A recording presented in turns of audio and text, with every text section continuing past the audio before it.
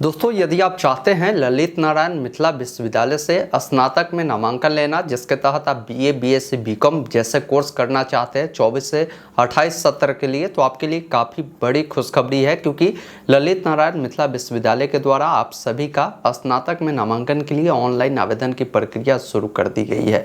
इस वीडियो में मैं आपको step by step her process को आपको बताऊँगा कि किस प्रकार ललित नारायण मिथिला विश्वविद्यालय में स्नातक के लिए आपको फॉर्म को फिल करना है।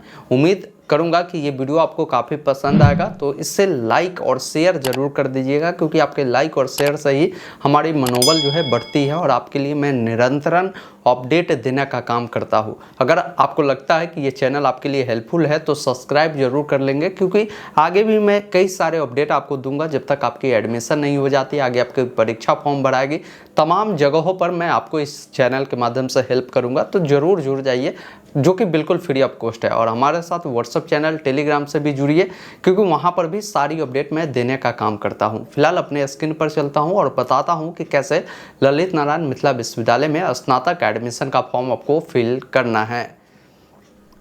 इसके लिए सबसे पहले आपको अपने मोबाइल या लैपटॉप में जो भी ब्राउज़र है उससे ओपन करना है। गूगल में टाइप करना है ऑनलाइन अपडेट एसटीएम। आपके सामने ऑनलाइन अपडेट STM.in का यह ऑफिशियल वेबसाइट ओपन होगा। इससे आपको ओपन करना है और नीचे आना है। यहाँ पर एडमिशन वाले कैटेगरी में मिलेगा LNMU UG first semester admission 2024-28, जिस वाले लिंक पर आपको क्लिक करना है। जैसे ही आप यहाँ पर क्लिक करते हैं, तमाम जानकारी यहाँ पर बताई गई है। एडमिशन कब से कब तक चलेंगे, बाकी लेट फाइन के साथ कब से कब तक भरेंगे, कितना फ़ी आपको देने पड़ेंगे, कौन लोग आवेदन कर सकते हैं, तमाम जानकारी आप देख सकते हैं। ऑनलाइन अप्लाई करने का डायरेक्ट लिंक आपको यहाँ पर दिए गया है। जिस वाले लिंक पर क्लिक करेंगे आप आ जाएंगे इस वाले वेबसाइट पर, जहाँ पर आप देखेंगे 2024 से 28 के लिए लिंक जो है एक्टिव किया गया है। यहाँ पर 4 स्टेप में आपको फॉर्म को फिल करना है। आप चाहे तो इनका गाइडलाइन भी आप देख सकते हैं। बाकी इन्होंने बताया है कि सबसे पहले आपको क्या करना है कि अपना एक जो है अकाउंट बनाना है, उसके बाद लॉगिन करना है, फिर फॉर्म को भरना है, फिर एप्लीकेशन फी देना है, फिर इसका जो भी प्रिंट आउट है उसे आपको लेकर अपने पास सुरक्षित रख लेना है। बाकी इन्होंने एलिजिबिलिटी बता दिया है। जैसे मान लीजिए कोई कैंडिडेट UG साइंस से करना चाहता है, मतलब BSc करना चाहता है, तो उनका जो क्वालिफिकेशन होगा इंटरमीडिएट में, या तो आपने साइंस स्ट्रीम से पढ़ा होगा ओनली, तभी आप इसके लिए अप्लाई कर सकते हैं। कोई कॉमर्स से चाहता है, जैसे अगर बीकॉम में एडमिशन लेना चाहता है, तो उनका जो स्ट्रीम होगा जो इंटर का, वो या तो इंटर उन्होंने आर्ट्स से पढ़ा है, साइंस से पढ़ा है या कॉमर्स से पढ़ा है, तो ये कैंडिडेट जो है बीकॉम कर सकते हैं। बाकी यहाँ पर कोई कैंडिडेट BA करना चाहता है, मतलब आर्ट से लेना चाहता है, तो अगर आपने इंटर में आर्ट, साइंस, कॉमर्स पढ़ा था तो आराम से आप ये ले सकते हैं। ये ध्यान रखिएगा। बाकी आइए समझते हैं इसके लिए अप्लाई कैसे करना है। अप्लाई करने के लिए एक आपको ऑप्शन यहाँ पर मिलता है sign up for new applicant, जिस पर क्लिक करना है। जैसे आप यहाँ पर क्लिक करेंगे, सबसे पहले आपको अपना नाम लिखना होगा, जो 10th के सर्टिफिकेट पर जिस अकॉर्डिंग भी होगा लिखेंगे। जो कि फर्स्ट नेम बोला गया है, तो किसी का नाम राम कुमार शर्मा है तो राम उनका फर्स्ट नेम हो जाएगा, मिडिल नेम कुमार होगा और शर्मा लास्ट नेम होगा। किसी का नाम सिर्फ 2 अक्षर का है, जैसे राहुल राज किसी का नाम है तो राहुल उनका फर्स्ट नेम होगा और लास्ट नेम जो होगा राज हो जाएगा। इस प्रकार आपको नाम फिल करनी है। आपके पास जो भी मोबाइल नंबर होगा आप अपना मोबाइल नंबर डालेंगे। ईमेल आईडी जो भी होगा वो ईमेल आईडी आपको यहाँ पर फिल करना है। बाकी डेट ऑफ बर्थ के लिए यहाँ पर आपको कैलेंडर मिल जाता है, जो भी आपका साल होगा यहाँ से बढ़ा घटा सकते हैं। अपना साल को यहाँ से चयन करेंगे, जो भी महीना होगा और जो भी डेट होगा इस अकॉर्डिंग आप चयन करेंगे। बाकी जेंडर बताना है, आप लड़का है तो मेल, लड़की है तो फीमेल चयन करेंगे। नेशनलिटी बतानी है तो इंडियन आपको चयन करना है। डोमिसाइल स्टेट बताना है तो आपको यहाँ पर बिहार चयन करना है। अगर आप अदर स्टेट वाले हैं तो आप अपना स्टेट बता सकते हैं। बाकी प्रोग्राम ऑफ स्टडी आपसे पूछी गई है कि आप क्या करना चाहते हैं। देखिए यहाँ पर कई सारे ऑप्शन आपको मिलते हैं। जैसे मान लीजिए कोई बच्चा चाहता है आर्ट स्ट्रीम से आगे पढ़ाई करना, तो आप यहाँ पर बैचलर ऑफ आर्ट चुनेंगे। कोई चाहता है आगे साइंस स्ट्रीम से यानी BSc करना, तो आप जो है बैचलर ऑफ साइंस चुनेंगे। कोई चाहता है बीकॉम करना, तो बैचलर ऑफ कॉमर्स आप चुनेंगे। तो आप अपने अकॉर्डिंग बताएं कि आप करना क्या चाहते हैं। बाकी नीचे आएंगे, यहाँ पर बोला गया है कि आप अपनी डिटेल को वेरीफाई करें। जैसा आपका नाम सही है, मिडिल नेम सही है, लास्ट नेम सही है, मोबाइल नंबर सही है, ईमेल ईमेल आईडी सही है, डेट ऑफ बर्थ सही है, जेंडर सही है, नेशनलिटी सही है, प्रोग्राम सही है। उसके बाद यहाँ पर एक ऑप्शन मिलता है साइन अप का, जिस पर क्लिक करें, क्योंकि अभी अगर आप गलती करेंगे तो आगे हो सकता है सुधार का मौका मिले या ना मिले, तो ये फिर परेशानी वाली बात है। इसलिए एक बार डिटेल को वेरीफाई कर ही साइन अप वाले विकल्प पर क्लिक करेंगे। अब आपने जो भी नंबर दिया है उस पर एक वेरिफिकेशन कोड गया होगा, उसे फिल करेंगे। वेरीफाई वाले विकल्प पर क्लिक करना है। इस प्रकार मोबाइल आपका वेरीफाई होता है। अब यहाँ पर आपको एप्लीकेंट लॉगिन वाले पेज पे रिडायरेक्ट करेगा। यहाँ पर जो भी आपने ईमेल दिया है वो ईमेल आईडी को डालेंगे। पासवर्ड आपके जो है मोबाइल नंबर पर भेज दिए गए होंगे उससे डालेंगे। उसके बाद लॉगिन वाले विकल्प पर आपको क्लिक करना है। अब आपके सामने आपका डिटेल आएगा जो आपने फिल किया है, उससे आप एक बार देख लेंगे। उसके बाद एक ऑप्शन मिलेगा नेक्स्ट स्टेप का, जिस पर आपको क्लिक करना है। अब यहाँ पर आपके सामने आपका पर्सनल डिटेल आता है, जिसमें कुछ जानकारी आपका पहले से फिलअप रहेगा। यहाँ पर पिताजी का जो नाम होगा 10th के सर्टिफिकेट के अकॉर्डिंग वो आप यहाँ पर लिखेंगे। माताजी का नाम भी आपको 10th के सर्टिफिकेट के अकॉर्डिंग लिखेंगे। रिलीजन बताना है, मतलब आप किस धर्म से बिलोंग करते हैं, हिंदू, इस्लाम, बौद्ध, पारसी, जैन, जो भी होगा आपका धर्म वो आप यहाँ पर बताएंगे। यहाँ पर डोमिसाइल यानी आपका जो राज्य है वो कौन सा है आप यहाँ पर बताएंगे। उसके अलावा यहाँ पर कास्ट पूछा गया कि किस कैटेगरी से आप बिलोंग करते हैं, तो यहाँ पर सभी कैटेगरी का नाम मिलेगा। आप जिस कैटेगरी से बिलोंग करते हैं उससे चयन करेंगे। अब यहाँ पर अगर आपकी शादी हो चुकी है तो मैरिड करें, अन्यथा अनमैरिड वाले विकल्प पर आपको क्लिक करना है। यहाँ पर बोला गया है कि अगर आप चाहते हैं एनी कोटा से एडमिशन लेना तो आप यहाँ पर यस कर सकते हैं, नहीं चाहते हैं तो आप नो करेंगे। इसमें बहुत सारे ऐसे बच्चे होते हैं जो स्पोर्ट वाले होते हैं, बहुत सारे दिव्यांग होते हैं, तो आप चाहे तो ले सकते हैं अपने कोटा से भी। अगर आप इस प्रकार के नहीं है तो नो ही रहने दीजिएगा। बाकी यहाँ पर देखिए आइडेंटिफिकेशन मार्क्स पूछा गया। इसका मतलब ये होता है कि आपके शरीर में कोई ऐसा निशान बताए जो जला का हो, कटा का हो, या कोई ऐसा निशान हो जो अलग अलग निशान होता है, वो आप बता सकते हैं। नहीं है, बहुत सारे ऐसे व्यक्ति हैं जिनके पास नहीं है, तो नो मार्क आप लिख सकते हैं। यहाँ पर आप अपने अकॉर्डिंग यहाँ पर बता सकते हैं, और निशान हो तो आप जरूर इससे बताएं। फिर आपको नीचे आना है। यहाँ पर पूछा गया है कि यदि आप दिव्यांग है तो आप यहाँ पर यस करें, 40% या उससे अधिक, नहीं है तो नो कर दीजिएगा। बाकी यहाँ पर पूछा गया है कि आपके पास कोई भी एक डॉक्यूमेंट होनी चाहिए। इसमें 4 डॉक्यूमेंट की लिस्ट है। आपके पास या तो आधार कार्ड होगा, ड्राइविंग लाइसेंस होगा, वोटर ID कार्ड होगा, पैन कार्ड होगा, या आपके पास 10th के मार्कशीट होगा, उसका जो रोल नंबर है उससे भी आप दे सकते हैं। तो जो भी चाहे आप उससे चुनकर आप डॉक्यूमेंट, जैसे हमने 10th कार्ड डाला है तो यहाँ पर अपना रोल नंबर डालेंगे। अगर हम आधार कार्ड चुनते हैं तो आधार नंबर यहाँ पर फिल करेंगे। ड्राइविंग लाइसेंस चुनते हैं तो उससे आपको बताना है। आपका जो भी ब्लड ग्रुप होगा आपको बताना है। बहुत सारे ऐसे व्यक्ति हैं जिनको पता ही नहीं है, तो नीचे में ऑप्शन मिलता है नॉट नोन, जिस पर आप क्लिक कर आप बता सकते हैं कि हम जानते ही नहीं है। बाकी स्टूडेंट का कुछ करस्पॉन्डेंस एड्रेस के बारे में पूछी गई, जो कि आपका मोबाइल नंबर, ईमेल आईडी मिलता है, और करस्पॉन्डेंस एड्रेस बतानी है। करस्पॉन्डेंस एड्रेस और परमानेंट एड्रेस में कन्फ्यूजन होते हैं, समझिए। करस्पॉन्डेंस एड्रेस का मतलब भाई मेरे ये होता है कि मान लीजिए सपोज करिए आप सीतामढ़ी के रहने वाले हैं, लेकिन अभी फिलहाल जो पढ़ाई आप करते हैं दरभंगा में रहकर करते हैं, तो करस्पॉन्डेंस एड्रेस आपका दरभंगा का हो जाएगा। मतलब जहां अभी फिलहाल आप रह रहे हैं वो एड्रेस करस्पॉन्डेंस में देनी चाहिए। लेकिन बहुत सारे कैंडिडेट चाहते हैं कि भाई मैं जहां का हूं, जैसे मैं सीतामढ़ी का ही हूं, तो मैं सीतामढ़ी का ही डिटेल फिल करूं, तो कोई दिक्कत नहीं है। आप चाहे जहां का भी परमानेंट एड्रेस वाला भी करस्पॉन्डेंस में दे सकते हैं, लेकिन मैंने आपको तरीका समझा दिया। तो इसमें आप अपने अकॉर्डिंग बता सकते हैं। जैसे मान लीजिए अगर आप ग्रामीण क्षेत्र के हैं तो विलेज लिख सकते हैं, कॉमा लगाकर पोस्ट ऑफिस लिख सकते हैं, कॉमा लगाकर पुलिस स्टेशन लिख सकते हैं। इस प्रकार आप दे दीजिएगा। बाकी जो भी आपका स्टेट होगा यहाँ से स्टेट आपको बताना है, और जो भी डिस्ट्रिक्ट होगा यहाँ से डिस्ट्रिक्ट आपको बताना है। बाकी यहाँ पर अपना पिन कोड लिखना है, जो भी पिन कोड होगा। किसी का करस्पॉन्डेंस परमानेंट सेम है तो इन नीचे इस चेक बॉक्स पर आप टिक कर देंगे, ये दोनों ऑटोमेटिक फिल होगा। अगर अलग अलग है तो अलग अलग जानकारी को फिल करना है, सेव एंड नेक्स्ट पर क्लिक करना है। इस प्रकार आपका जो डिटेल है सेव होता है। ओके वाले विकल्प पर क्लिक करेंगे। अब यहाँ पर आपको डॉक्यूमेंट अपलोड करना है, जिसमें फ़ोटो और सिग्नेचर बोला गया है। ध्यान ये रखिएगा भाई मेरे कि फ़ोटो जो भी आप देते हैं वो फ़ोटो बहुत पुराना नहीं होना चाहिए। फ़ोटो आपका 6 महीने से अधिक पुराना है तो मैं आपको रिकमेंड ये करूँगा कि एक नया फ़ोटो आप क्लिक करवा लीजिए। फ़ोटो का बैकग्राउंड जो है एक कलर का रखिए, वाइट बैकग्राउंड हो, ब्लू हो, जो भी हो, लेकिन एक कलर का ही बैकग्राउंड हो। सेल्फी उल्फी वाला फ़ोटो मत यहाँ पर दीजिएगा। इसका साइज़ का ध्यान रखना है कि ये 50 KB से अधिक का नहीं होना चाहिए। यहाँ पर आपको चूज फाइल पर क्लिक कर कर फोटो को चयन करना है और यहाँ से क्या करना है, अपलोड फोटो पर आपको क्लिक करना है। इस प्रकार आपका जो फोटो है वो अपलोड हो जाता है। अब यहाँ पर आपको सिग्नेचर अपलोड करना है जो 20 KB से अधिक नहीं होना चाहिए।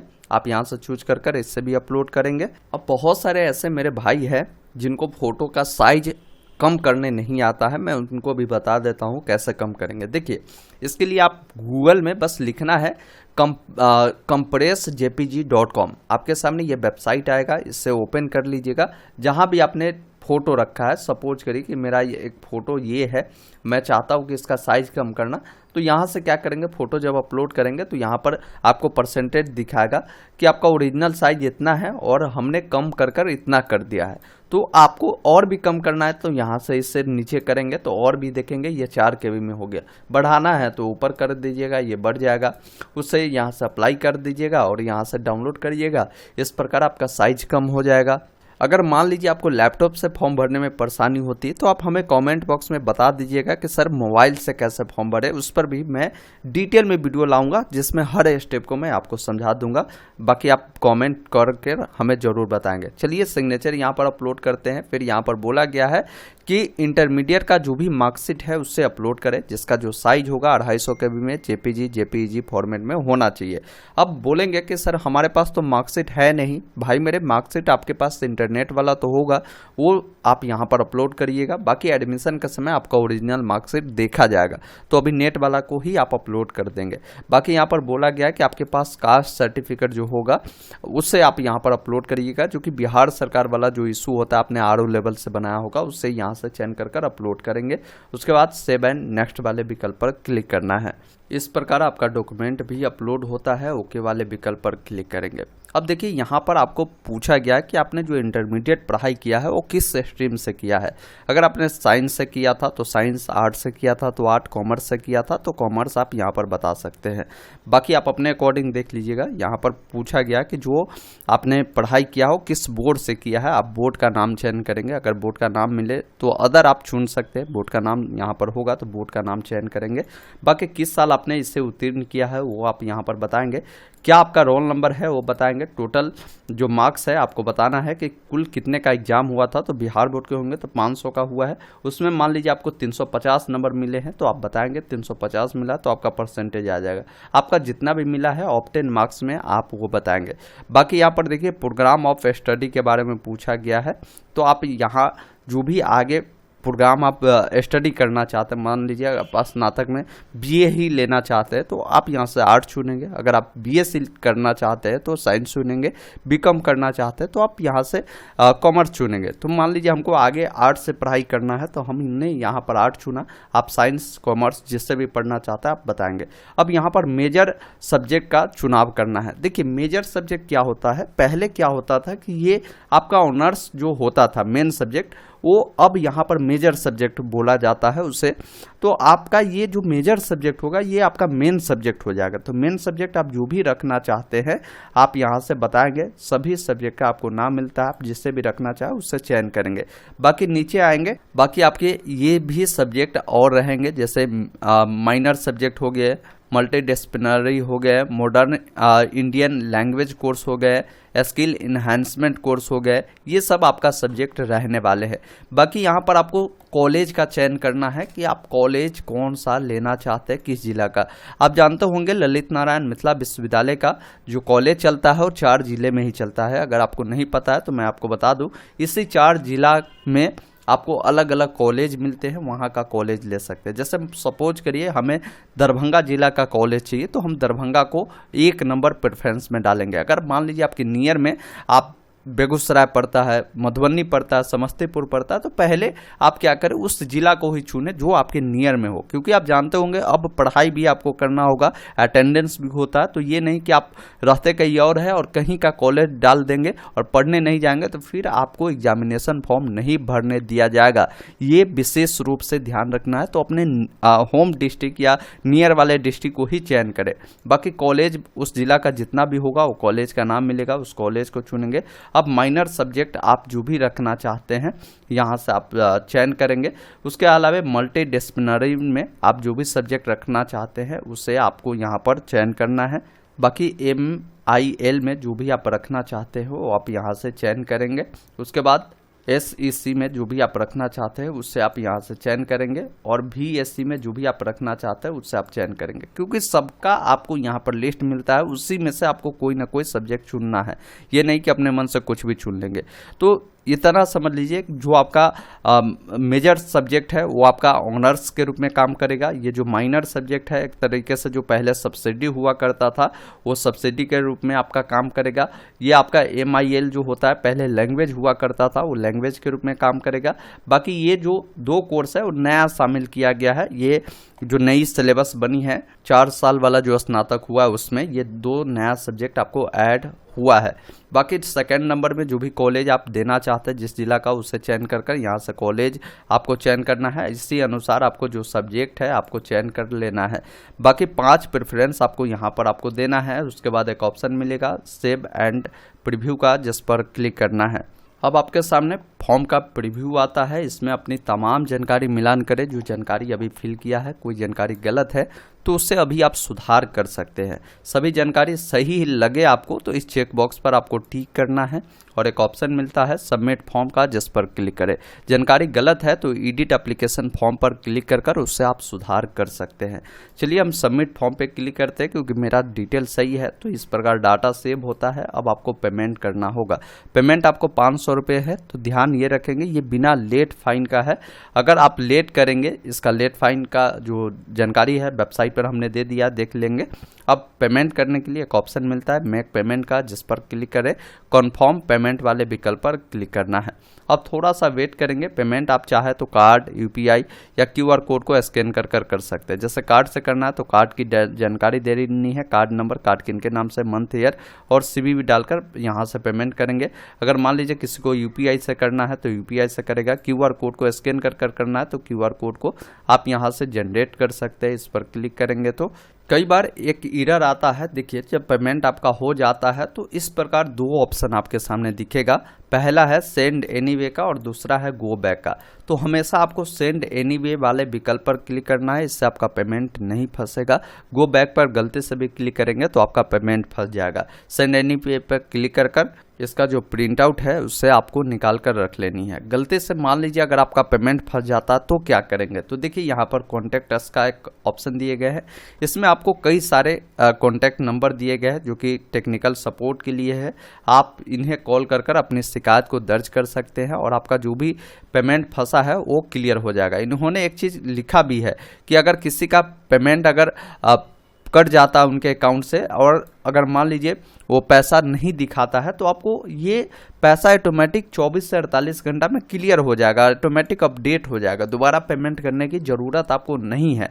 ये जानकारी चेक कैसे करेंगे फिर, तो यहाँ पर देखिए एक ऑप्शन मिलता है कैंडिडेट लॉगिन का, जिस पर क्लिक करें। अपना ईमेल आईडी जो पासवर्ड मिला है उससे डालें, लॉगिन वाले विकल्प पर क्लिक करें और इस प्रकार यहाँ पर देखिए एक ऑप्शन आपको मिलता है पे फी का, जिस पर क्लिक करेंगे पेमेंट आपका क्लियर हो जाएगा। तो यहाँ पर आपको उसका प्रिंट करने के लिए मिल जाएगा, या यहाँ पर प्रिंट एप्लीकेशन फॉर्म पे क्लिक करेंगे तो बताएगा कि आपका अगर मान लीजिए पेमेंट यहाँ पर वेरीफाई हो जाता तो प्रिंट का ऑप्शन मिल जाएगा, नहीं होगा तो फिर पेमेंट आपको करने की ज़रूरत होगी। लेकिन 24 से 48 घंटे 72 घंटा वेट कर ही दोबारा पेमेंट करें, पेमेंट दोबारा ना करें। ये ऑटोमेटिक 72 घंटे में आपका क्लियर कर दिया जाएगा। दोस्तों अभी आपने देखा, हमने आपको स्टेप बाय स्टेप बताया कि किस प्रकार ललित नारायण मिथिला विश्वविद्यालय का स्नातक का फॉर्म आपको फिल करना है। उम्मीद करूंगा ये वीडियो आपको पसंद आया होगा, तो इसे लाइक और शेयर कर दीजिएगा। कोई डाउट है या वीडियो आपको हेल्पफुल लगा है तो आप हमें कमेंट बॉक्स में ज़रूर लिखकर बताएं कि ये वीडियो आपको कैसा लगा। वीडियो देखने के लिए बहुत बहुत धन्यवाद। जय हिंद,